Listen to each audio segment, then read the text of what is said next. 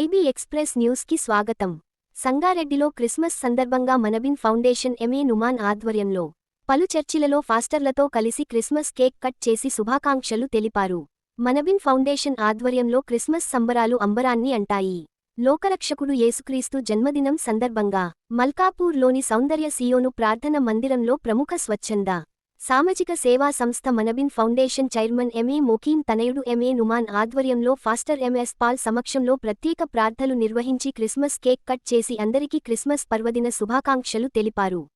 మనబిన్ ఫౌండేషన్ను MA మోకీం కులమతాలకు అతీతంగా ఆపదలో ఉన్న వారికి ఆదుకునే సంస్థగా పేర్కొన్నారు. ఈ కార్యక్రమంలో మనబిన్ ఫౌండేషన్ సభ్యులు చింటూ, ఒమర్, సాబిల్, రోహిత్, అసిఫ్, జోయల్ తదితరులు పాల్గొన్నారు.